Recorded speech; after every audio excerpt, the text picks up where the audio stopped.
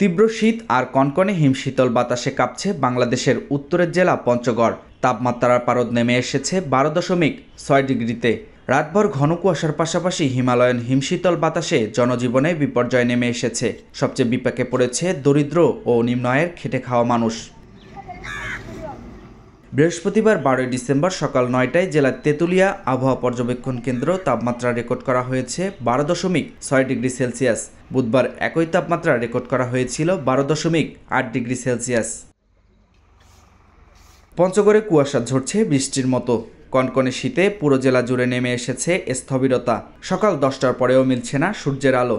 দিনের তাপমাত্রা সামান্য বাড়লেও সন্ধ্যা 6টার পর থেকে 10টা পর্যন্ত তীব্র শীত অনুভব হচ্ছে। কনকনে শীতে চরম দুর্ভোগে পড়েছে দরিদ্র ও খেটে খাওয়া শ্রমজীবী মানুষেরা। ঘন কুয়াশায় সকালে হেডলাইট জ্বালিয়ে গাড়ি চালাতে হচ্ছে চালকদের।